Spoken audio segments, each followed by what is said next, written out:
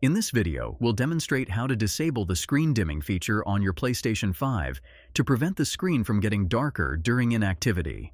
But before we dive into the tutorial steps, I'd like to invite you to hit that like button if you're excited to learn how to manage the screen dimming feature, and share your thoughts in the comments below. Your feedback helps us create better content for you. Let's get started. Navigate to the Settings menu on your PS5. Scroll down to Screen and Video. Within the Screen settings, move to the right until you find the option labeled Dim Screen While Inactive. By default, this setting is usually set to dim the screen after 15 minutes of inactivity. To turn this feature off completely, select Don't Dim. Once you've chosen this option, your screen will no longer dim after a period of inactivity. If you found this tutorial helpful, please take a moment to like, comment, and subscribe with notifications on.